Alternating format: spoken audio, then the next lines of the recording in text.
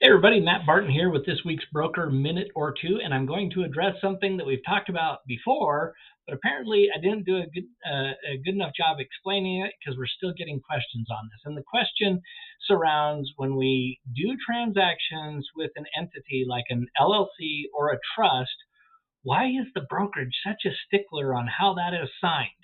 And so I'm going to use some visuals today, although they're not super technologically advanced, but hopefully the picture will help demonstrate the point. So let me go ahead and share my screen here. Let's start with the reasons why signatures for entities matter. Typically LLCs and trusts. It could be a partnership, a corporation, why they're required at REMAX Associates, and why they're required by the DRE. So I'm going to paint two different scenarios here, right? Scenario one, and this is going to be a little bit, overkill, overly dramatic, but you got buyer Bob. He finds a house. He wants to buy the house. So obviously in the rep C, we put who's the buyer? Well, it's buyer Bob, right? And that's pretty straightforward. But let me give you kind of the scenario of what this looks like when we're dealing with entities, but I'll translate it into this scenario. So Bob's got a good friend, right? His name's Gary. And you know what? Gary's such a good guy. He comes on that same purchase contract and he signs for the buyer. Well, obviously, this is not allowed, right? Because we declare up here who the buyer is, and it's Bob.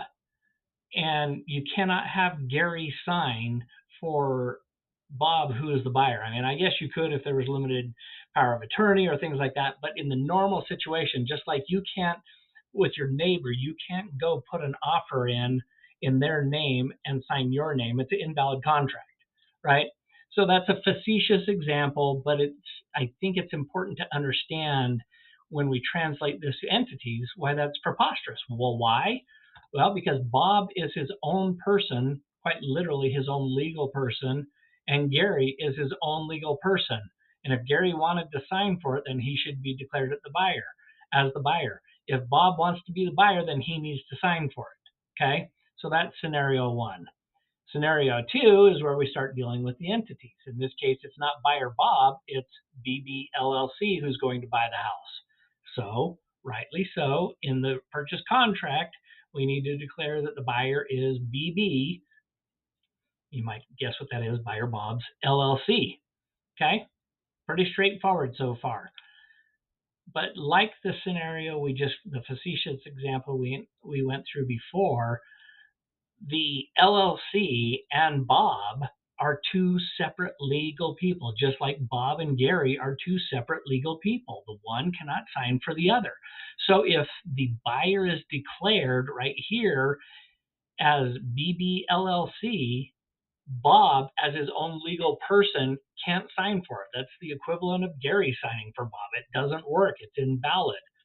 And so this is why the office managers and others, it's also a rule at the DRE. It's also why title companies have people who are signing for an entity sign this way. They declare who they are. I'm Bob, and I happen to own BB LLC, but I'm not signing as just Bob. I'm signing Bob as the manager of BBLLC because BBLLC is its own legal person.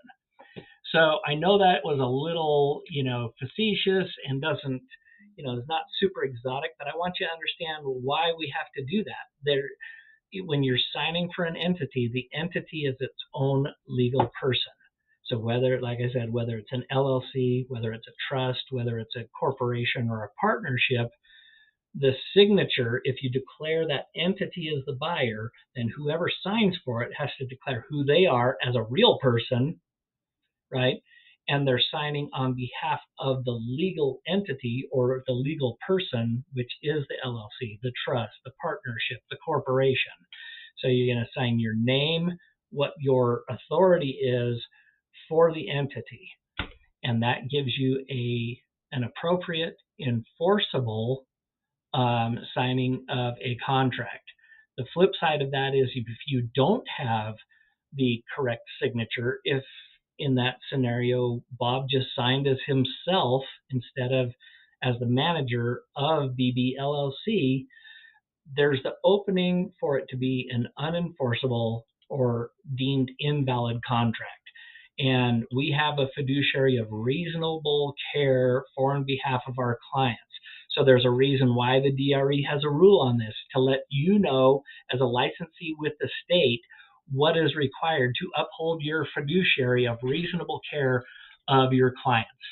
I hope that makes sense. If you have questions about that specifically, feel free to reach out to me. Otherwise, I hope you have a great week.